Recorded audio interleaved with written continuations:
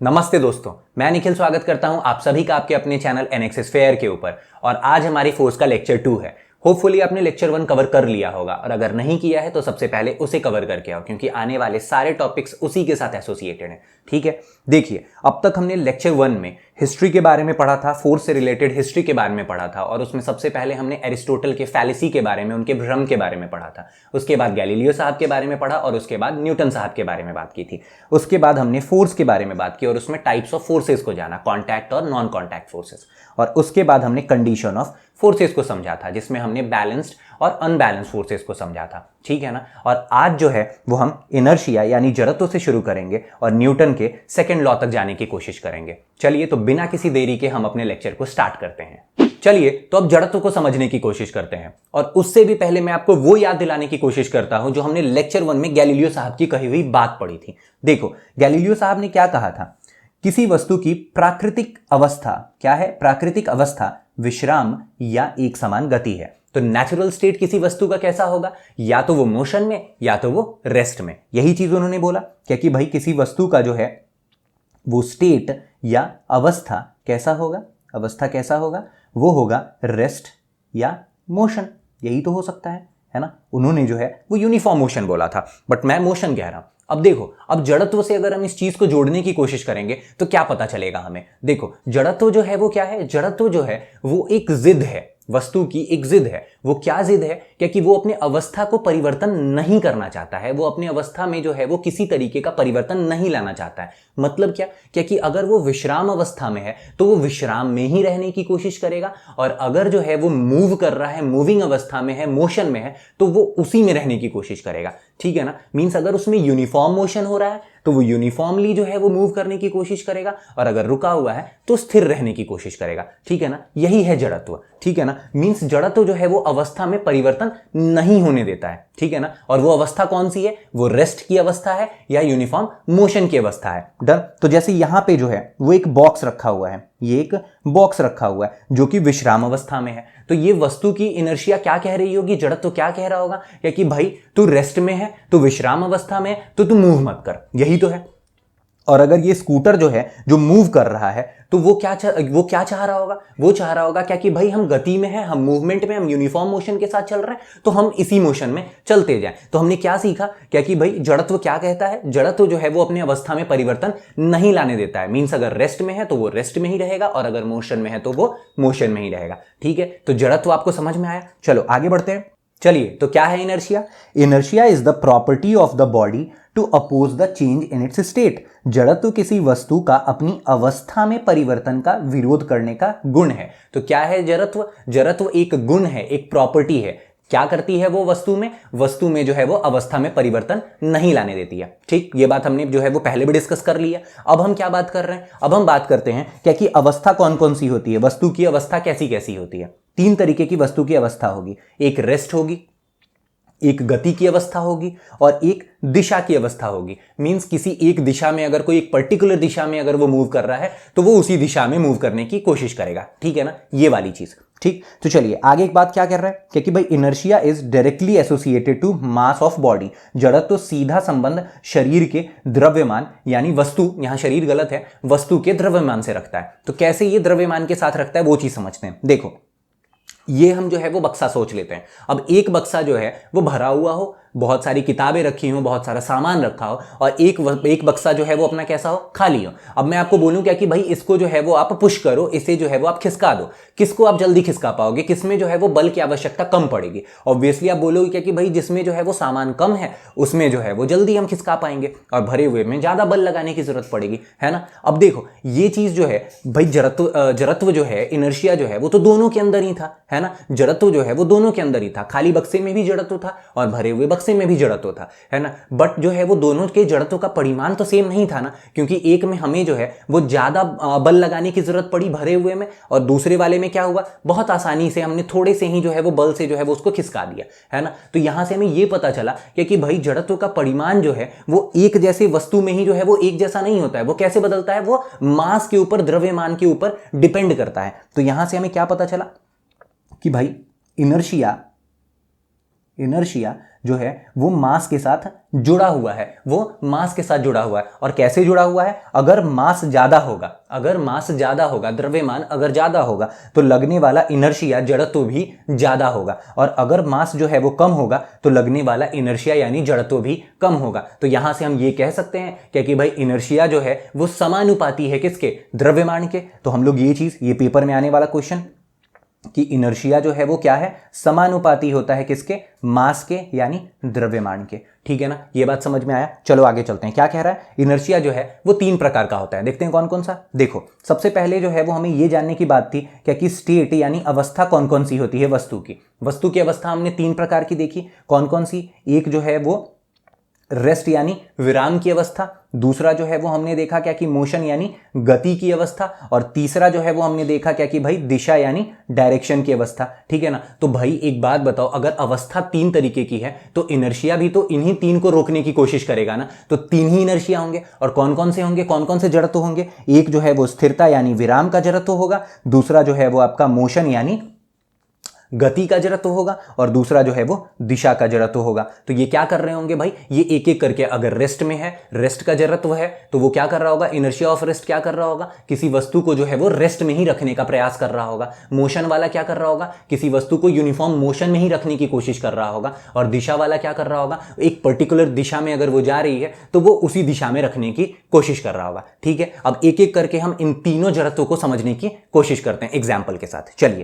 चलिए तो एक एक करके तीनों जड़त्वों को समझने की कोशिश करते हैं। और सबसे पहला है इनर्शिया ऑफ रेस्ट। ठीक है ना, देखते हैं। देखिए, इनर्शिया मतलब क्या था? इनर्शिया जो है वो बॉडी का वह गुण है जो कि वस्तु की अवस्था में कोई परिवर्तन जो है वो नहीं आने देता है ना। तो इनर्शिया क्या करता है भाई? इनर्शिया जो है वो कोई भी परिवर्तन नहीं आने देता है अवस्था में। और इस बार अवस्था कैसी है? अवस्था जो है वो कैसी है? अवस्था जो है वो रेस्ट की है, विराम की है। ठीक है ना। तो इसका मतलब क्या हुआ? इसका मतलब अगर एक डेफिनेशन बनाने की कोशिश करें तो क्या बना सकते हैं, है ना। इनर्शिया जब ये चाहे क्या कि वस्तु जो है वो रेस्ट में है तो रेस्ट में ही रहे, विराम में है तो विराम में ही रहे, उसी को कह देंगे इनर्शिया ऑफ रेस्ट। यही तो होगा। ठीक है ना। तो चलिए अब एग्जाम्पल को समझते हैं कि पेपर में वही आना है। ठीक है, देखो जैसे ये पेड़ है और ये पेड़ जो है वो फलों से लदा हुआ है, और हमने जो है वो पेड़ को हिलाया और फल जो है वो नीचे की तरफ आ गया। ये एक इनर्शिया ऑफ रेस्ट का एग्जाम्पल है। कैसे? देखते हैं। देखो, ये था फल, है ना, पेड़ था सॉरी, और पेड़ में जो है वो टहनी से जो है ये अपना फल लगा था। ठीक है ना। अब हमने पेड़ को हिलाया, ये कंपन, ये वाइब्रेशन जो है ये तो टहनी के ऊपर भी गई, और टहनी भी जो है वो आगे पीछे मूव करना शुरू कर दी। लेकिन हमारा फल जो था वो तो रेस्ट में था, और ये रेस्ट में था तो इनर्शिया के कारण ये रेस्ट में ही रहना चाहेगा।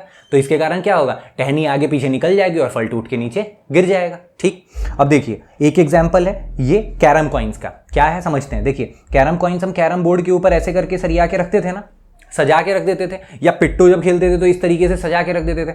अब क्या हो रहा है कि जब नीचे की तरफ जो है वो, जब हम स्ट्राइकर से जो है वो जब हम नीचे की तरफ हिट करते थे तो ये नीचे वाला कॉइन जो है वो सरक के आगे की तरफ निकल जाता था, और ऊपर वाले जो है वो सारे कॉइन जो है वो नीचे की तरफ बैठ जाते थे। ऐसा क्यों होता था? देखो, हमने फोर्स लगाया किसके ऊपर? हमने जो है वो सबसे निचले वाले कॉइन के ऊपर फोर्स लगा दिया, है ना। यहां पे हमने जो है वो फोर्स लगा दिया, बट ऊपर वाले के ऊपर तो फोर्स के कारण कोई मोशन आया ही नहीं, तो इसके ऊपर तो इसका इनर्शिया जो है वो तो रेस्ट का रहेगा। ये रेस्ट में था तो इसका इनर्शिया कहेगा क्या कि भाई तू रेस्ट में, तो तू रेस्ट में ही रहे। तो क्या होगा? इसके नीचे से जैसे कॉइन निकल जाएगा तो ये नीचे की तरफ बैठ जाएगा, है ना। ये चीज हो गया। अब देखो, अब जो है ये ग्लास के ऊपर एक पेपर है और पेपर के ऊपर एक कॉइन है, और पेपर को हम लेते हैं वापस से खींच अपनी तरफ, इस तरीके से जो है वो हम खींच लेते हैं। तो क्या होगा? कॉइन जो है वो नीचे की तरफ आ जाएगा। क्यों? क्योंकि कॉइन जो है उसके पास जो है उसकी अवस्था कैसी है? रेस्ट की, और इनर्शिया चाहेगा क्या कि तुम रेस्ट में रहो। अब पहले जो है वो तो कॉइन था, इसके लिए पेपर था तो पेपर के ऊपर कॉइन रह जाएगा, बट अब क्या है? अब कुछ भी नहीं है तो वो नीचे की तरफ जो है वो ग्लास में गिर जाएगा। ठीक है, ये वाला एग्जाम्पल। अब जो है वो एक बस का एग्जाम्पल पेपर में अक्सर पूछा जाता है। इस एग्जाम्पल को देखो, पहले जो है ये अपना बस है एक, ये बस जो है वो रेस्ट में था। पहले बस कैसा था? पहले रेस्ट में था। अचानक से ड्राइवर ने जो है वो इसको एक्सेलरेट किया आगे की तरफ, ठीक है ना, इस दिशा में आगे की तरफ जो है वो एक्सेलरेट कर दिया। तो क्या होगा? पैसेंजर किस तरफ जाएंगे ये पूछा जाता है। अब समझो एक बात को, है ना, पैसेंजर भी रेस्ट में रहे होंगे। अगर बस भी रेस्ट में था तो पैसेंजर भी रेस्ट में थे। अब बस जो है वो तो मोशन में आ गया, बस मोशन में आया, बट पैसेंजर जो है वो तो रेस्ट में ही रहना चाहेगा, वो तो क्योंकि विराम में था, तो ये विराम अवस्था को ही इनर्शिया के कारण जो है वो उसी चीज को कंटिन्यू करना चाहेगा, है ना। तो क्या होगा, ये जो है वो मोशन में आने की कोशिश नहीं करेगा, इसको उसका जो है वो अपोज करेगा, तो वो क्या करेगा, वो पीछे की तरफ झुक जाएगा। पैसेंजर जो है वो क्या, पैसेंजर जो है वो पीछे की तरफ झुक जाएंगे। तो इनर्शिया ऑफ रेस्ट के कारण जब कोई बस जो है वो स्टार्ट होती है, मोशन में आती है, तो पैसेंजर किस तरफ झुकते हैं, पीछे की तरफ। पेपर में बहुत बार पूछा जाता है, ठीक है। चलिए अब आगे देखें। तो ये है इनर्शिया ऑफ मोशन, मींस गति का जड़त्व। अब देखो, जड़त्व मतलब तो वही है क्या कि वस्तु का वह गुण जो उसके अवस्था में परिवर्तन ना आने दे, बट इस बार अवस्था कौन सी है, इस बार अवस्था जो है वो गति की अवस्था है ना, गति की अवस्था है। मींस अब गति की अवस्था में तो इनर्शिया जो है वो क्या करेगा कि जब कोई वस्तु गति में है तो वो गति में ही रहे, मींस अपनी उस अवस्था को ना बदले, गति की अवस्था को ना बदले, उसको क्या कह देंगे, इनर्शिया ऑफ मोशन कह देंगे, ठीक है। अब एग्जाम्पल को देखते हैं।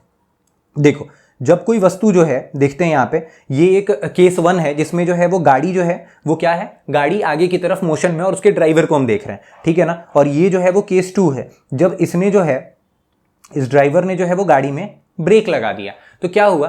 अब देखो इसमें क्या हुआ, जैसे ही उसने ब्रेक लगाया तो क्या हुआ, बॉडी जो है, गाड़ी तो अचानक से रुक गई, गाड़ी जो है वो तो मोशन से रेस्ट में आ गई, बट इसके बॉडी के साथ क्या हुआ, इस चीज को समझते हैं। देखो, इसकी बॉडी जो थी, ड्राइवर की बॉडी जो थी वो क्या थी भाई, वो जो है वो तो मोशन में थी, है ना, मोशन में थी, और वो चाहेगी क्या क्या कि उस अपने उसी अवस्था को कंटिन्यू करके रखे, लेकिन गाड़ी तो रुक गई, तो क्या होगा, वो अपनी उसी अवस्था को मेंटेन करने के लिए क्या होगा, वो आगे की तरफ झुक जाएगा, ठीक है। तो मतलब जब भी कोई गाड़ी जो है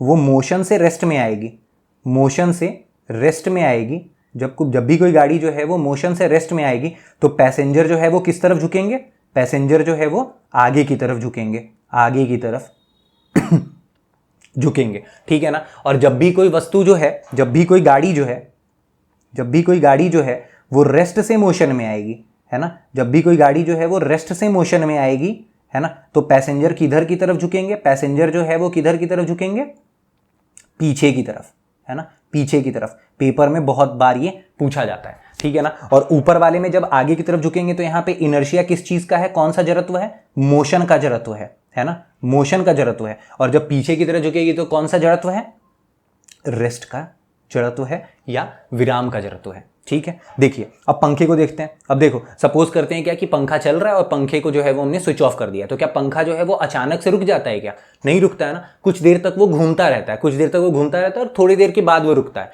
तो ये कुछ देर तक जो वो घूमता है वो किस लिए घूमता है, क्योंकि वो इनर्शिया ऑफ मोशन को फॉलो कर रहा होता है, वो अपने अवस्था को जो है वो कंटिन्यू कर रहा होता है, इस वजह से वो कुछ देर तक घूमता रहता है, ठीक है। अब देखो, ये एक तीसरा एग्जाम्पल है। अब इस तीसरे एग्जाम्पल में क्या है कि देखो, जब हम साइकिल चलाते थे और कुछ देर के बाद जब हम पैडल मारना रोक देते थे और ब्रेक नहीं लगा रहे हैं, बस पैडल मारना रोक रहे हैं, तो क्या होता था, साइकिल जो है वो कुछ देर तक आगे चलता रहता था, अपने स्पीड के अकॉर्डिंग वो आगे चलता रहता था, कुछ देर के बाद वो रुकता था। ये क्यों होता था, ये भी जो है वो चक्के का मोशन चल रहा है ना, चक्के में मोशन है, तो वो अपने इनर्शिया ऑफ मोशन को ही फॉलो कर रहा था, ठीक है ना। ये भी एक एग्जाम्पल किस चीज का है, ये इनर्शिया ऑफ मोशन का है। अच्छा हाँ, एक एग्जाम्पल और देखो, आप एक एग्जाम्पल और देखो इनर्शिया ऑफ रेस्ट का, अचानक से मुझे याद आया। देखो, ये पूछा जाता है पेपर में, जैसे एक चादर है ना, ये एक चादर है, ठीक है ना, और चादर को जो है या कंबल को जो है वो हम क्या करते हैं, उसको जो है वो हम झाड़ते हैं, हिलाते हैं, है ना, डस्ट हटाने के लिए, वो इनर्शिया ऑफ रेस्ट का है। कैसे है वो चीज समझो आप। देखो, ये एक कंबल है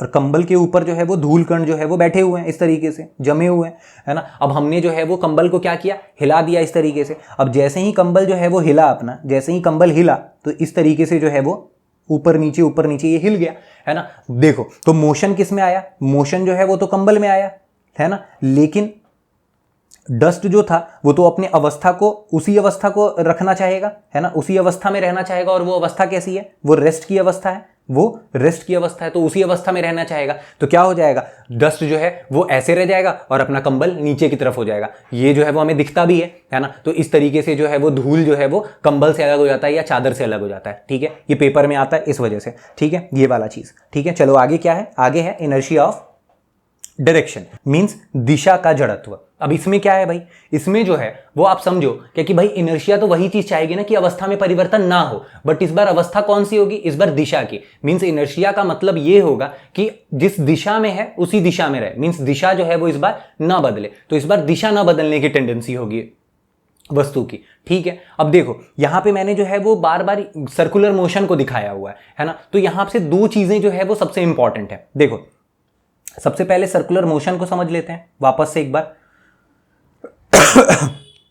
देखो सर्कुलर मोशन में क्या था, सर्कुलर मोशन में जो है एक बार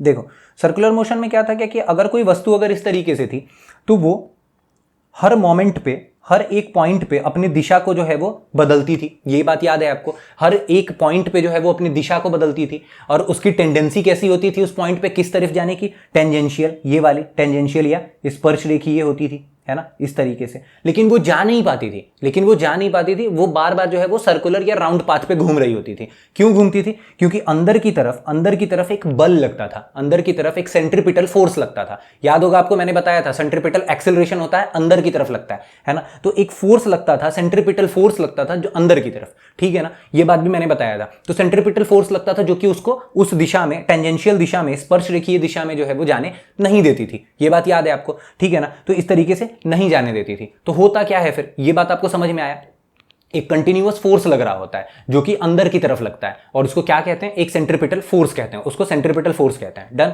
अब देखो, अब अगर हम यहां पे बात करें क्या कि भाई यहां पर जब वस्तु जो है, जब मान लो क्या कि देखो जैसे ये कार है, इस कार के अंदर एक ड्राइवर होगा, एक कार के अंदर ड्राइवर होगा जो कि इसको स्टीयरिंग जो है वो इसकी मोड़ रहा होगा। तो उसका क्या, उसका जड़ तो कैसा होगा, उस बॉडी, गाड़ी तो जो है वो मुड़ जाएगी सर्कुलर ट्रैक के ऊपर। अगर ये सर्कुलर ट्रैक है तो गाड़ी जो है वो तो मुड़ जाएगी इस पे, लेकिन उस आदमी की दशा या दिशा कैसी होगी उस चीज को समझना है हमें, है ना। देखो यहां पर अगर हम उस आदमी को बाहर निकाल के अगर देखें तो वो क्या होगा, उसके अंदर वो जो है वो हमेशा एक सर्कुलर ट्रैक पे कैसे जाने की कोशिश कर रहा होगा, टेंजेंशियल जाने की कोशिश कर रहा होगा। मींस वो वो इस तरीके से जाने की कोशिश कर रहा होगा, वो टेंजेंशियल जाने की कोशिश कर रहा होगा, है ना, वो टेंजेंशियल जाने की कोशिश कर रहा होगा, है ना। बट यहां पे क्या हुआ, गाड़ी तो, क्योंकि वो गाड़ी के अंदर बैठा है और गाड़ी जो है वो तो घूम गई ना, गाड़ी घूम गई, लेकिन उसकी दिशा कैसी थी, वो जो है वो सीधे रेखा में, वो टेंजेंट की दिशा में जाना चाह रहा था, जिसके कारण वो क्या होगा, वो अंदर की तरफ ना झुक के वो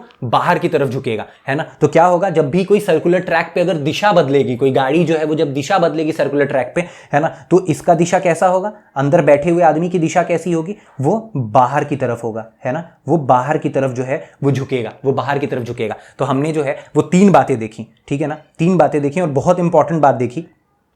क्या क्या देखी, देखो सबसे पहले जो है वो हमने ये देखा इनर्शिया ऑफ रेस्ट में, इनर्शिया ऑफ रेस्ट IR लिख दे रहा हूं, इनर्शिया ऑफ रेस्ट में हमने ये चीज देखा क्या कि भाई सबसे पहले अगर कोई गाड़ी जो है वो अगर रेस्ट से मोशन में आए, अगर कोई गाड़ी जो है वो रेस्ट से अगर मोशन में आए तो क्या होगा, पैसेंजर जो है वो, गाड़ी के अंदर के लोग जो है, पैसेंजर जो है वो किस तरफ झुकेंगे, किस तरफ झुकेंगे, पीछे की तरफ, बहुत इंपॉर्टेंट, पीछे की तरफ झुकेंगे। ठीक, उसके बाद जो है वो हमने देखा इनर्शिया ऑफ मोशन को, है ना। इनर्शिया ऑफ मोशन में, अगर इनर्शिया ऑफ मोशन में अगर गाड़ी जो है वो क्या होगा, गाड़ी जो है वो मोशन से रेस्ट में आएगा, है ना, गाड़ी जो है वो मोशन से रेस्ट में आएगा। ठीक, मोशन से रेस्ट में आएगा तो पैसेंजर जो है वो किस तरफ झुकेंगे, पैसेंजर जो है वो आगे की तरफ झुकेंगे, आगे की तरफ झुकेंगे, ठीक है ना। और उसके बाद जो है वो मैंने बात की इनर्शिया ऑफ डायरेक्शन की, उसमें क्या बात की, क्या कि अगर गाड़ी जो है वो अपनी दिशा को बदलेगी, है ना, डायरेक्शन को अगर बदलेगी, अगर डायरेक्शन को बदलेगी तो क्या होगा, तो पैसेंजर किस तरफ झुकेंगे, पैसेंजर जो है वो बाहर या आउटवर्ड जो है वो झुकेंगे, ठीक है ना। तो होपफुली आपको जो है वो इनर्शिया जो है वो समझ में आया, इनर्शिया भी समझ में आया और इनर्शिया के तीनों टाइप्स भी समझ में आए, ठीक है। चलिए अब आगे की टॉपिक पे बढ़ते हैं। चलिए अब बात करते हैं न्यूटन्स लॉज ऑफ मोशन की, और सबसे पहले जानते हैं फर्स्ट लॉ ऑफ मोशन को, मींस गति के पहले नियम को। देखते हैं क्या है, सबसे पहले इसके स्टेटमेंट को समझते हैं। देखिए, गतिमान वस्तु गति में ही रहेगी और स्थिर वस्तु भी स्थिर ही रहेगी जब तक कि उन पर असंतुलित बल न लगाया जाए, जब तक उसके ऊपर असंतुलित बल न लगाया जाए, ठीक है। इसको समझते हैं थोड़ा सा, क्या कह रहा है ये। देखिए, अगर कोई वस्तु, सपोज कीजिए क्या कि अगर एक वस्तु है मोशन में है, ये जो है वो गाड़ी है, ये मोशन में है, ठीक है ना, ये गाड़ी मोशन में है, तो इसमें कौन सा इनर्शिया होगा, इसमें जो है वो इस वस्तु के पास में कौन सा इनर्शिया होगा, इनर्शिया ऑफ मोशन होगा, गति का जरा तो होगा ना। और ये क्या चाहेगा कि वस्तु हमेशा गति में ही रहे, मौज में रहे, हमेशा चलता रहे, ठीक है। और अगर ये एक ब्लॉक है जो कि टेबल पे ऐसे ही रखा हुआ है ना, ये जो है वो कैसा है, ये रेस्ट में है, इसके पास कौन सा जो है वो इनर्शिया होगा, कौन सा जड़त्व होगा, इसके पास इनर्शिया ऑफ रेस्ट होगा, इसके पास इनर्शिया ऑफ रेस्ट होगा। अब इसका जड़त्व क्या चाहेगा, क्या कि वस्तु जो है वो इसी तरह हमेशा पड़ा रहे, है ना, यही चीज चाहेगा वो, है ना। बट ये स्टेटमेंट क्या कह रहा है, न्यूटन का पहला नियम, ये अवस्था तभी बदलेगी, ये अवस्थाएं तभी बदलेंगी, मींस मोशन की अवस्था, यूनिफॉर्म मोशन की अवस्था या फिर रेस्ट की अवस्था तभी बदलेगी जब इन दोनों वस्तुओं के ऊपर एक अनबैलेंस फोर्स जो है, एक अनबैलेंस्ड फोर्स जो है वो लगे, इन दोनों वस्तुओं के ऊपर जो है वो एक अनबैलेंस्ड फोर्स लगे, तभी इसकी अवस्था में परिवर्तन आएगा। मींस अगर ये वस्तु मोशन में है तो ये रेस्ट में आ जाए, है ना, या फिर जो है ये अगर रेस्ट में है तो ये मोशन में आ जाए, ठीक है ना। तो जब तक इसके ऊपर कोई अनबैलेंस फोर्स नहीं लगेगा तब तक जो है ये अपनी अवस्था में परिवर्तन नहीं लाएगा। इसीलिए इसको क्या कहते हैं, इस लॉ को क्या कहते हैं, लॉ ऑफ इनर्शिया, जड़त्व का नियम। तो न्यूटन के पहले नियम को क्या कहते हैं, जड़त्व का नियम, लॉ ऑफ इनर्शिया, ठीक है ना। और समझ में आया कि अगर कोई वस्तु अगर मोशन में है तो वो मोशन में ही रहेगा, और अगर स्थिर है तो स्थिर ही रहेगा जब तक उसके ऊपर कोई असंतुलित बल ना लगे, ठीक। अब इसको और थोड़ा समझने की कोशिश करते हैं, देखते हैं। अब थोड़ा याद करते हैं अपने पहले वाले लेक्चर में, क्या कि भाई अनबैलेंस फोर्स के बारे में हमने पढ़ा था, है ना। कंडीशन ऑफ फोर्सेज में जो है वो हमने अनबैलेंस फोर्सेज के बारे में पढ़ा था, दो फोर्सेज के बारे में पढ़ा था, बैलेंस्ड और अनबैलेंस फोर्स के बारे में। उसके फीचर्स को थोड़ा सा रिवाइज करते हैं। अनबैलेंस फोर्स क्या होता है भाई, याद करते हैं। अनबैलेंस फोर्स में सबसे पहले हमने जाना था क्या कि उसमें नेट फोर्स जो होता है वो क्या होता है, जीरो नहीं होता है ना। उसका नेट फोर्स जो है वो कुछ ना कुछ होता है, मतलब कोई मान होता है, वो जीरो के बराबर नहीं होता है। उसके बाद हमने क्या पढ़ा था, क्या कि अनबैलेंस फोर्स के पास जो है वो क्षमता होती है क्या कि वो किसी वस्तु को विराम अवस्था से जो है वो गति में ला दे, रेस्ट से जो है वो क्या कर दे, मोशन में ला दे, या फिर जो है वो अगर कोई वस्तु मोशन में है तो उसे रेस्ट में ला दे, या फिर उसके स्पीड यानी चाल को जो है वो बढ़ा दे, घटा दे, या फिर उसकी दिशा में जो है वो परिवर्तन ला दे, है ना। ये चीज, इतनी सारी चीजें जो है वो हमने पढ़ी थी, क्योंकि अनबैलेंस फोर्स क्या करता है, असंतुलित बल की जो है वो क्या फीचर्स होते हैं, क्या कैरेक्टरिस्टिक होता है, क्योंकि उसके पास जो है वो नेट फोर्स उसका जीरो नहीं होता है। साथ ही साथ जो है वो वस्तु अगर कोई विराम अवस्था में है तो उसे गति में ला देती है, अगर गति में कोई वस्तु होती है तो उसके स्पीड को परिवर्तित कर देती है, उसकी दिशा को परिवर्तित करने की जो उसके पास क्षमता होती है, साथ ही साथ उसको रेस्ट में या विराम अवस्था में भी ला सकती है, ठीक है ना। उसके बाद हमने बैलेंस फोर्स के बारे में क्या पढ़ा था, बैलेंस फोर्स के बारे में क्या पढ़ा था, हमने बैलेंस फोर्स के बारे में ये चीज पढ़ा था कि भाई ये जो है इसका नेट फोर्स जो है वो क्या होता है, नेट फोर्स जीरो होता है। साथ ही साथ इसमें अवस्था में कोई परिवर्तन नहीं होता है, अवस्था में परिवर्तन नहीं होता है, ठीक है ना, अवस्था में परिवर्तन नहीं होगा। अब एक बात बताओ, अवस्था में परिवर्तन न होना या होना ये कौन डिसाइड करता है, ये इनर्शिया ही तो, ये जड़त्व ही तो डिसाइड करता है ना। और अगर यहां पे अवस्था में परिवर्तन नहीं हो रहा है, अगर अवस्था में परिवर्तन बैलेंस फोर्स में अगर नहीं हो रहा है, मींस यहां पे इनर्शिया नहीं बदलेगा, यहां पे इनर्शिया जैसा था वैसा ही रहेगा, मतलब बॉडी जो है वो अगर रेस्ट में है तो रेस्ट में ही रहेगी, और मोशन में है तो मोशन में ही रहेगी। और अगर अनबैलेंस फोर्स की अगर हम बात कर रहे हैं तो यहां पे क्या होगा, यहां पे जो है वो वस्तु जो है वो रेस्ट से मोशन में जा रही है, मोशन से कभी वो रेस्ट में जा रही है, या फिर उसकी दिशा बदल जा रही है। ये सारी चीजें मींस उसका इनर्शिया बदल रहा है, मतलब यहां पे जो है वो क्या होगा, यहां पे इनर्शिया जो है वो क्या होगा, इनर्शिया चेंज होगा, ठीक है, यहां पे इनर्शिया चेंज होगा, ठीक है, ये चीज हुआ। अब थोड़ा सा एक और एग्जांपल लेके समझते हैं इसको। देखो क्या है, एक ब्लॉक लेते हैं, ठीक है ना, टेबल पे रखा हुआ है एक ब्लॉक है, ठीक है ना। तो ये क्या है, ये रेस्ट में है, ठीक है ना। और एक जो है वो रोड पे एक स्कूटर जो है वो चल रहा है, इस तरीके से एक स्कूटर जो है वो आगे की दिशा में चल रही है, मीन्स ये मोशन में है, अब इस चीज को समझने की कोशिश करते हैं कि भाई यहाँ पे क्या क्या चीजें एक्ट कर रही हैं। अब एक बात बताओ, अगर कोई रेस्ट वाले, पहले वाले एग्जांपल को हम लेते हैं, ठीक है ना, रेस्ट में है। अब ये ब्लॉक जो ऊपर टेबल के ऊपर रखा हुआ है, इसके ऊपर कौन कौन सी फोर्सेस रखी हुई है, हमने पढ़ा था क्या कि भाई अगर कोई वस्तु स्थिर अवस्था में है फिर भी उसके ऊपर फोर्स जो है वो लग रहा होता है ना, ये बात हमने पढ़ी थी, है ना। तो देखो यहाँ पे कौन कौन से फोर्सेस लग रहे हैं, यहाँ पे इसका वेट जो है वो mg लग रहा है, और साथ ही साथ ऊपर की तरफ जो है वो एक नॉर्मल फोर्स लग रहा है, ठीक है ना, ये चीज। और अगर वस्तु रेस्ट में है तो यहां पर क्या होगा, अगर वस्तु रेस्ट में है तो यहां पे क्या होगा, बैलेंस फोर्स लगेगा, तो नेट फोर्स क्या होगा, 0 होगा, मींस अवस्था में परिवर्तन नहीं होगा। अगर रेस्ट में है तो ये रेस्ट में ही रह जाएगा, मींस यहां पे हम कह सकते हैं कि नॉर्मल जो है वो mg के बराबर होगा, यही चीज तो कह सकते हैं, ठीक है ना। अब जो है वो मोशन वाले वस्तु को देखते हैं, अपने सेकंड एग्जांपल को समझने की कोशिश करते हैं। देखो यहां पे अगर कोई वस्तु आगे की तरफ चल रही है, स्कूटर जो है या बाइक जो है वो आगे की तरफ अगर जा रही है, तो यहां पे दो तरीके के बल लगेंगे मोटे मोटे तौर पे। कौन कौन से, एक जो है वो इंजन के द्वारा आगे की तरफ जो बल लग रहा होगा, जो उसे आगे की तरफ लेके जा रहा होगा, साथ ही साथ एक पीछे की तरफ बल लगेगा जो कि फ्रिक्शन के द्वारा लगेगा और साथ ही साथ एयर के द्वारा लगेगा। तो यहां पे मैं उस दोनों को कंबाइनली जो है वो ड्रैग फोर्स कह दे रहा हूं, ठीक है ना, FD से डिनोट कर रहा हूं। तो यहां पे क्या होगा, अगर वो यूनिफॉर्म मोशन से, मींस अगर 40 किलोमीटर पर आवर से अगर वो वस्तु चल रही है और 40 से ही चले जा रही है, यूनिफॉर्म मोशन में चल रही है, मींस क्या हुआ, ये जो है वो यहां पे भी जो है वो बैलेंस फोर्स लगा और ये F नेट 0 हुआ। मतलब क्या हुआ इसका, क्या कि इंजन के द्वारा लगाया गया बल बराबर होगा ड्रैग फोर्स के, है ना, ये चीज होगा, ठीक है ना। अब देखते हैं क्या कि भाई न्यूटन के पहला नियम अगर लगेगा इसके ऊपर तो किस तरीके से अवस्था में परिवर्तन हो जाएगा, इस चीज को समझते हैं। देखिए अगर पहले वाले एग्जांपल में अगर हम लोग इस दिशा में एक फोर्स लगा दें, F फोर्स लगा दें, तो क्या हो गया, पूरा सिस्टम अनबैलेंस हो गया। वर्टिकल जितने फोर्सेस थे, सीधे परपेंडिकुलर जितने भी फोर्सेस थे वो तो बैलेंस था, लेकिन हॉरिजॉन्टल फोर्स जो है वो तो बिगड़ गया। यहां तो फोर्स लगा, मींस वस्तु जो है वो किस तरफ मूव कर जाएगा, इस तरफ जो है वो वस्तु में मूवमेंट आ जाएगा, इस तरफ जो है वो दाहिने साइड जो है वो वस्तु मूव कर जाएगी, ठीक है ना। मींस पूरा का पूरा सिस्टम अनबैलेंस हो गया, मींस जैसे ही F फोर्स आया क्या हो गया, एक अनबैलेंस फोर्स आ गया, एक अनबैलेंस्ड फोर्स जो है वो आ गया, और इस अनबैलेंस्ड फोर्स के कारण जो है वो क्या हुआ, अवस्था में परिवर्तन आ गया, अवस्था में परिवर्तन आ गया। मींस यहां पर जो है वो इनर्शिया बदल जाएगी, और बदली भी ना, कैसे बदली, वस्तु जो है वो पहले रेस्ट में थी और अब जो है वो मोशन में आ गई, ठीक है ना। तो होपफुली आपको ये बात समझ में आया, ठीक है, समझ में आया। अब दूसरे वाले एग्जाम्पल को समझते हैं। दूसरे वाले एग्जाम्पल में अब आपने क्या किया, क्या कि स्कूटर जो है आप जब 40 से जा रहे थे तो इस तरीके से आपने रखा हुआ था, ठीक है ना, आपको पता है आप गाड़ी चलाते हो इस तरीके से छोड़ा हुआ था। लेकिन अब जो है वो आपको गाड़ी रोकना है,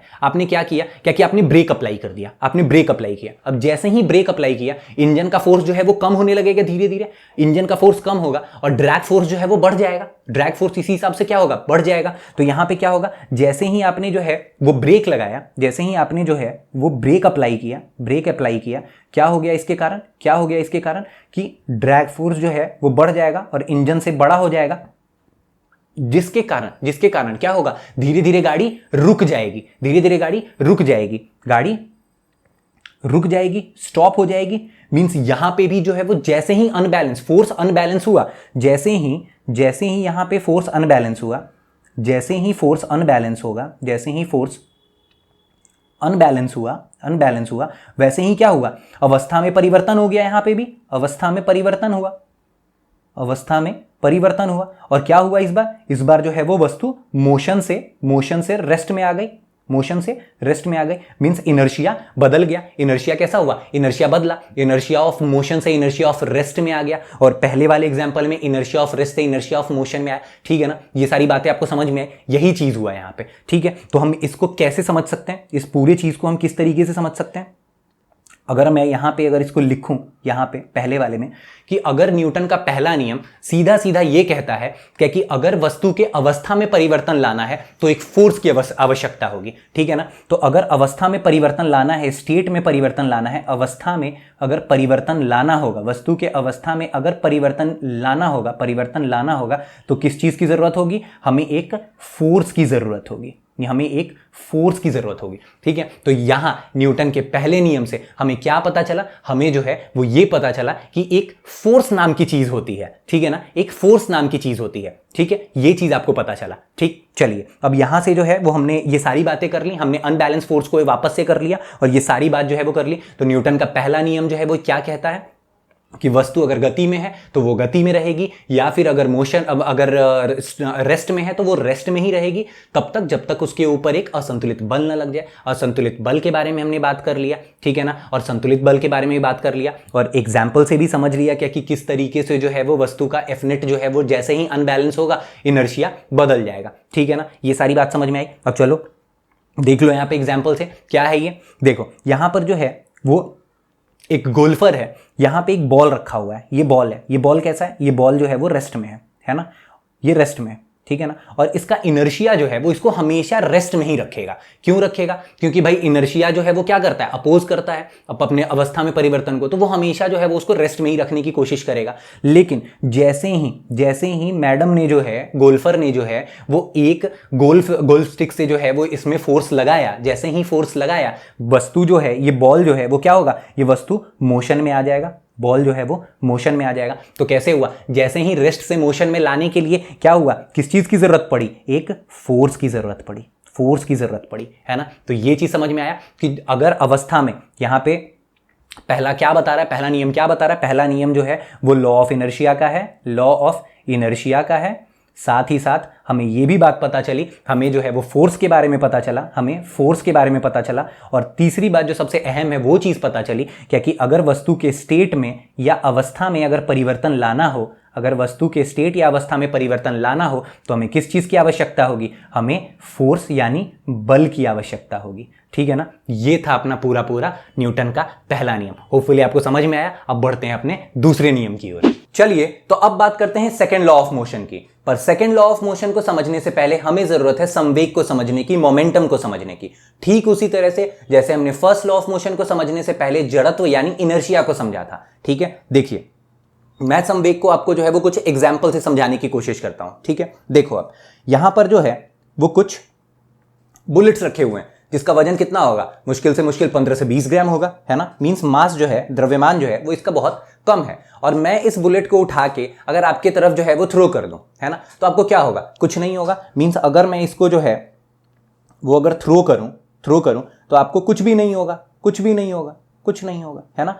अब देखो अगर इसी बुलेट को बंदूक के अंदर डाल के अगर फायर कर दें तो किसी की जान जा सकती है, किसी चीज की जान जा सकती है ना। तो यहां से हमें क्या पता चला कि अगर एक छोटे मास, छोटे द्रव्यमान की चीज में अगर एक अच्छा खासा अगर वेलोसिटी, वेग आ जाए तो वो ज्यादा इंपैक्ट डाल सकती है। ये चीज हम समझ रहे हैं कि अगर एक छोटे मास पे, देखो मैं लिख रहा हूं इस चीज को कि अगर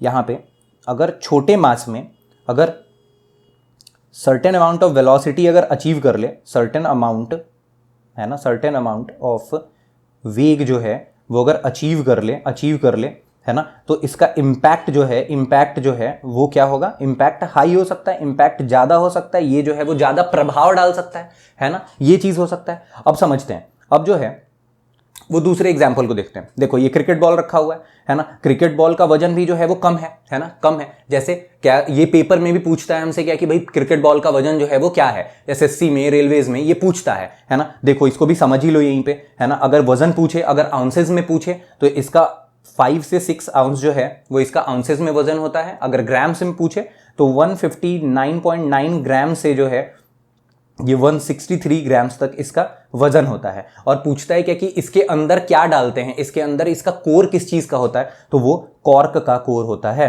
ना। ये वही कॉर्क है जिसको जो है वो रॉबर्ट हुक ने ढूंढा था। ठीक है ना। चलो अब आगे बात करते हैं, है ना। तो हम बात कर रहे थे क्या कि भाई इसका भी मास कम है और इसको भी जब हम कैच खेलते थे तो हमारे हाथ में चोट लगता था क्या, नहीं लगता था। मींस अगर वेलोसिटी अगर कम है, वेग अगर कम है तो हमें ज्यादा चोट महसूस नहीं होता था, ज्यादा प्रभाव नहीं डाल पाता था, यही चीज तो। बट अगर एक बैट्समैन जो है वो एक 6 मारता है, छक्का मारता है ना, तो जोर से वो हिट करता है किसी दिशा में, और वो बॉल जो है वो अगर किसी के सर पे लग जाए, है ना, तो क्या होगा, वो ज्यादा प्रभाव डालेगा। मींस अगर फिर से जो है वो अगर ज्यादा वेग अगर आ जाए तो उसका प्रभाव जो है वो क्या होगा, बढ़ जाएगा। ठीक। अब तीसरे एग्जाम्पल को देखते हैं। देखो ये एक लड़का है जिसका कुछ मास है, 60 किलो 70 किलो कुछ भी मान लो, ठीक है ना। और यहां पर जो है वो ये साइकिल चला रहा है तकरीबन 10 मीटर पर सेकंड से, है ना, 10 मीटर पर सेकंड से ये साइकिल चला रहा है। इसको मैं आपको कहूं क्या कि आप जो है वो इसको रोक दो, आप इसको रोक पाओगे, बिल्कुल रोक दोगे। आप इसको जो है वो एक हाथ से रोक सकते हो। ठीक है। अब यहां पे जो है वो एक ट्रक है जिसका कैपिटल मास m ले लो। जैसे इसका वजन कितना हो सकता है, सपोज करते हैं 1000 किलो, 1500 किलो, इससे भी ज्यादा, है ना। तो इससे भी ज्यादा अगर है तो ये जो है वो इतना वजन है इसका। बट अगर इसकी वेलोसिटी को ले, वेलोसिटी जो है वो इसका भी 10 मीटर पर सेकंड है। और अगर मैं आपको बोलूं क्या कि आप इसे रोको, आप इसे रोक के दिखाओ, है ना, तो क्या आप इसे रोक पाओगे? आप जो है वो इसे नहीं रोक पाओगे, है ना। ये आपके बस की बात नहीं है, आप इसे नहीं रोक पाओगे। ऐसा क्यों हुआ? अगर वेलोसिटी भी अगर सेम है, अगर वेलोसिटी भी सेम है तो मास द्रव्यमान भी जो है वो इक्वल रोल प्ले कर रहा है। मींस अगर वेलोसिटी 10 मीटर पर सेकंड से ही अगर चल रहा है तो हम जो है वो ज्यादा मास की वस्तु को हम नहीं रोक पाएंगे, है ना। यहां पे हमें क्या क्या बात पता चली, पहले दो एग्जाम्पल से हमने ये समझा कि भाई अगर कम मास की वस्तु है, कम द्रव्यमान की वस्तु है, और अगर वो सर्टेन अमाउंट ऑफ वेलोसिटी, अच्छे खासे वेलोसिटी वेग को जो है वो अटेन कर लेती है तो वो ज्यादा प्रभाव डाल पाती है। वहीं जो है वो अगर वेलोसिटी वेग जो है वो अगर कम भी है लेकिन अगर मास ज्यादा है फिर भी जो है वो अच्छा खासा प्रभाव छोड़ पाती है, जैसे ट्रक वाले एग्जांपल में। और इन्हीं मास, द्रव्यमान और वेग के समावेश को जो है वो हम क्या कहते हैं, समवेग कहते हैं। क्या कहा मैंने, इसी द्रव्यमान और वेग के समावेश को हम क्या कहते हैं, समवेग कहते हैं, मोमेंटम कहते हैं। चलिए अब आगे समझते हैं, आगे क्या है। देखो संवेग को जो है वो स्मॉल p से डिनोट करते हैं। जब पेपर आसान आता है तो यही चीज पूछते हैं क्या कि संवेग को किससे डिनोट किया जाता है, किस चीज से दर्शाया जाता है, कैपिटल P से या स्मॉल p से, है ना। तो किससे दिखाएंगे, स्मॉल p से दिखाएंगे, ठीक है। अब देखो, अब मैंने आपको क्या बोला, क्या कि संवेग जो है वो समावेश है किस चीज का, द्रव्यमान का, देखो यार किस चीज का है, मास का और वेलोसिटी का। अब एक बात बताओ, अगर मास और वेलोसिटी का है तो वेलोसिटी किस में होती है, वेलोसिटी हमेशा कोई वस्तु जो गति में होती है उसी में होती है। तो ये किसके ऊपर एप्लीकेबल होगा, मोमेंटम किस वस्तु में होगा, हमेशा चलती हुई वस्तु में होगा। जो वस्तु जो है वो गति में होगी उसी के पास होगा, ठीक है। तो ये पेपर में आने वाला क्वेश्चन है क्या कि ये किसके ऊपर होता है, ये हमेशा मूविंग ऑब्जेक्ट से होता है, गतिशील वस्तुओं के ऊपर लगता है, ठीक है। ये चीज हो गया। अब दूसरा, इसका जो है, क्योंकि ये जो है वो एक समावेश है मास और वेलोसिटी का, तो ये क्या है, इसका फॉर्मूला जो है वो बहुत इंपॉर्टेंट है, मास इनटू वेलोसिटी। क्या है मोमेंटम, मास इनटू वेलोसिटी, ठीक है। अब यहां से इसका यूनिट अगर देख लें तो मास का क्या हो जाएगा, मास जो है वो केजी हो गया, और वेलोसिटी का क्या हो जाएगा, मीटर पर सेकंड हो गया। अब इसी को मल्टीप्लाई करना है तो केजी मीटर पर सेकंड, यही हो जाएगा, यही होगा इसका ऐसा यूनिट। तो ये ऐसा यूनिट, पेपर में ऐसा यूनिट भी पूछता है ना। तो ये ऐसा यूनिट हो गया। तो अगर फॉर्मूला याद रहेगा आप यूनिट डालोगे और आपको यूनिट ऐसा यूनिट मिल जाएगा। तो ये याद करने की जरूरत है नहीं, मैंने इसीलिए बोला था कि भाई आपको जो है वो यूनिट एंड मेजरमेंट तक जाते जाते, जब हम सबसे लास्ट में यूनिट एंड मेजरमेंट में पहुंचेंगे, आपको वो पढ़ने की जरूरत ही ज्यादा नहीं होगी, है ना। वो एक रिवीजन हो जाएगा, ठीक है। चलिए अब जो है वो एक सदिश राशि है, एक वेक्टर क्वांटिटी है। अब वेक्टर क्वांटिटी होता है तो इसके ऊपर क्या लगता है, एक एरो लगता है। तो इस तरीके से एक स्मॉल p के ऊपर एक एरो लगाते हैं, और यहां पे मास इनटू वेलोसिटी, वेलोसिटी भी एक क्या है, वेलोसिटी भी एक वेक्टर क्वांटिटी है, वेग भी एक सदिश राशि है, इस तरीके से लिखेंगे। अब देखो, मोमेंटम इज ऑलवेज कंजर्व्ड, ये हमेशा संरक्षित रहता है। और ये कैसे संरक्षित रहता है ये हम अपने तीसरे लेक्चर में जानेंगे, फोर्स के। जब हम थर्ड लॉ ऑफ मोशन पढ़ लेंगे उसके बाद हम यही पढ़ेंगे, ठीक है ना। तो इसको जो है वो हम आगे पढ़ेंगे, इसमें एग्जांपल्स पूछे जाते हैं, वो चीज है, ठीक है। और इसको जो है वो बताने वाले, इसको इंट्रोड्यूस करने वाले कौन थे, इसको इंट्रोड्यूस करने वाले न्यूटन ही थे, ठीक है ना। इसको इंट्रोड्यूस करने वाले कौन थे, इसको न्यूटन ने ही इंट्रोड्यूस किया था, ठीक है। बात खत्म, यही था मोमेंटम, यही था संवेग। चलिए अब जो है वो अपने सेकंड लॉ ऑफ मोशन को स्टार्ट करते हैं, ठीक है। चलिए तो अब जानते हैं न्यूटन के दूसरे नियम को। देखिए क्या कहता है दूसरा नियम, किसी वस्तु के संवेग में परिवर्तन के दर बल की दिशा में लगाए गए असंतुलित बल के समानुपाती होती है। The rate of change of momentum of an object is proportional to the applied unbalance force in the direction of force. देखो क्या कह रहा है, क्या कि the rate of change of momentum में बदलाव का दर, मोमेंटम में बदलाव का, संवेग में बदलाव का दर। अच्छा, इस चीज को कैसे दिखाते हैं, संवेग क्या है भाई, संवेग को स्मॉल p से दिखा रहे थे। और रेट ऑफ चेंज कैसे दिखाते थे, फर्स्ट लेक्चर में एकदम पढ़ा था। दर को कैसे दिखाते थे, रेट ऑफ चेंज ऐसे डेल्टा से दिखाते थे, ठीक है ना। और दर दिखाना होता था, जब भी दर दिखाते थे तो दर कैसे दिखाते थे, टाइम से डिवाइड करते थे। रेट का मतलब क्या होता है, रेट का मतलब जो है, रेट ऑफ चेंज क्या दिखाता है, टाइम में चेंज को, है ना, टाइम यानी समय में बदलाव को, ठीक है ना। इसको जो है वो हम समय का चेंज दिखाते थे, ठीक है ना। ये समानुपाती होगा अप्लाइड फोर्स के मींस लगाए गए फोर्स के जो है, लगाए गए अनबैलेंस फोर्स के जो है, ये समानुपाती होगा, ये चीज। अच्छा, यही बात तो वो कह रहा है। चलो अब इस चीज को समझने की कोशिश करते हैं थोड़ा सा, कैसे समझेंगे। देखो एक जो है, एक ब्लॉक कंसीडर करते हैं m मास का, स्मॉल m मास का, जो कि यूनिफॉर्म वेलोसिटी u से चल रहा था। अब हमें जो है ये पहले नियम में ही बोला हुआ था, जड़त्व जो है वो भी कहता है, क्या कहता है, क्या कि अगर कोई यूनिफॉर्म वेलोसिटी से अगर चल रहा है तो वो चलता ही रहेगा, अनलेस एंड अनटिल जो क्या हो जाए उसके ऊपर जो है वो एक फोर्स न लग जाए, एक अनबैलेंस फोर्स न लग जाए। अब चलो हमने एक इसके ऊपर जो है वो अनबैलेंस फोर्स लगा दिया, अब इसका अनबैलेंस फोर्स लगाया, इसी दिशा में लगाया, तो क्या हो जाएगा, ये जो है वो अपना वेलोसिटी चेंज कर जाएगा, क्योंकि इसी दिशा में लगा है तो ये तेज हो जाएगा, तो ये अब v वेलोसिटी से चलने लगा, तो ऑब्वियसली v जो है वो बड़ा होगा u से, ठीक है ना, ठीक है, इस तरीके से हो गया। तो ये जो है वो संवेग में परिवर्तन होगा। संवेग क्या था भाई, संवेग क्या था, पहले जो है वो संवेग कितना था, p जो था वो m इंटू स्मॉल u था, और अब जो है वो संवेग कितना हो गया, अब जो है पहले इसको p इनिशियल ले लो और इसको p फाइनल ले लो, तो ये क्या हो गया, m इंटू v हो गया, है ना। तो संवेग में परिवर्तन, और संवेग किस दिशा में हुआ, फोर्स लगाए गए दिशा में ही तो हुआ, फोर्स जो है वो इस दिशा में लगाया, तो संवेग में परिवर्तन भी इसी दिशा में हुआ, यही तो कहा। और ये संवेग में परिवर्तन का जो दर है, जो परिवर्तन का दर है वो फोर्स के डायरेक्टली प्रोपोर्शनल है, समानुपाती है, यही बात कहा। अब इसी चीज को समझते हैं, देखो अब इस चीज को आगे पेज में देखते हैं, देखो क्या है ये, देखो क्या बोला इसने, क्या कि भाई ये फोर्स था, देखो फिर से एक बार फोटो बना लेते हैं, क्या था ये, पहले जो है वो कोई मास जो था u से चल रहा था, अब जो है वो इसके ऊपर अगर फोर्स लगा, ये फोर्स लगा, तो संवेग में फोर्स की ही दिशा में परिवर्तन हो रहा है ना, तो अब ये v वेलोसिटी से चलने लगा, ठीक है ना। तो यहां पर जो है वो ऐसा कुछ कह रहे हैं क्या कि भाई delta p by delta t, यही चीज तो है। अब देखो यहां पर जो है force is directly proportional to, अब देखो यहां पर जो है वो p इनिशियल था, पहले जो है वो कि p अगर हम यहां पे माने तो यहां पे p इनिशियल रहा होगा, तो स्मॉल p लिखते हैं, है ना, स्मॉल p, और यहां पे जो है वो p फाइनल हुआ होगा, ठीक है ना, p फाइनल, यही चीज तो है डेल्टा। तो डेल्टा p को हम क्या लिख सकते हैं, p final minus p initial, p initial यही चीज लिख सकते हैं, तो p final minus p initial upon time, यही चीज लिखेंगे, यही चीज लिखेंगे। अब देखो अब हम यहां पर जो है ना वो इसी चीज को, p फाइनल क्या था, देखो यार p फाइनल अभी लिखा था, p फाइनल क्या है, p फाइनल क्या है, p फाइनल जो है वो m इंटू v है, और p इनिशियल क्या है, m इंटू u है, यही है। चलो तो यहां पे जो है वो हम इस चीज को लिखते हैं m into V minus m into U by time. अब देखो मास जो है वो उसको हम कॉमन लेके बाहर निकाल लेते हैं, तो यहां पे क्या हो गया, v minus you by T, यही तो है।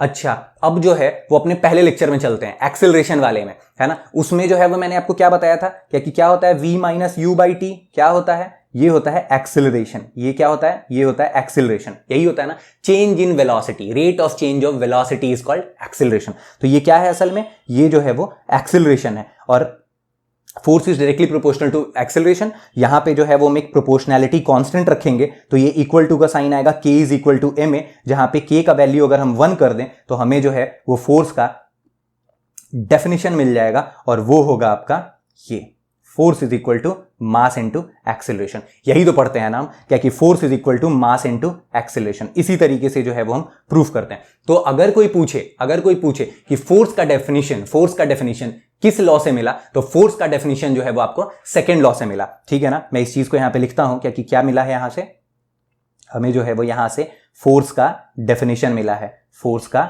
डेफिनेशन, फोर्स की परिभाषा जो है वो हमें यहीं से मिली है, ठीक है ना। तो हमें जो है वो पहले नियम में ये पता चला कि भाई फोर्स नाम की कोई चीज होती है ना, फोर्स जो है उसकी जरूरत होती है जड़त्व को तोड़ने के लिए, अवस्था को तोड़ने के लिए, पर फोर्स होता क्या है वो चीज यहां पे पता चला, ठीक है ना। Force is equal to mass into acceleration, और फोर्स होता क्या है, फोर्स जो है वो संवेग में बदलाव के दर को कहते हैं, ठीक है। चलिए अब जो है वो कुछ एग्जांपल्स को समझते हैं। देखो यार इसी को जो है वो हम क्या कहते हैं, इसी को हम कहते हैं लॉ ऑफ एक्सेलरेशन, इसको जो है वो हम लॉ ऑफ एक्सेलरेशन कहते हैं, उसको लॉ ऑफ इनर्शिया कहते थे, इसको लॉ ऑफ एक्सेलरेशन कहते हैं, ठीक है। अब चलो आगे देखते हैं। ये जो है वो छोटा सा एग्जांपल है, ये मैंने आपको पहले ही बता दिया, इसमें कोई जरूरत नहीं है इसको और समझने की, ठीक है। अब देखो होपफुली आपको जो है वो ये बहुत अच्छे से ये लेक्चर समझ में आया हो, है ना। अगर समझ में आया है तो आप लाइक सब्सक्राइब करना, अपने दोस्तों के साथ शेयर करना, अगर कोई डाउट हो तो आप जरूर पूछ लेना मेरे से कमेंट सेक्शन में। चलिए धन्यवाद।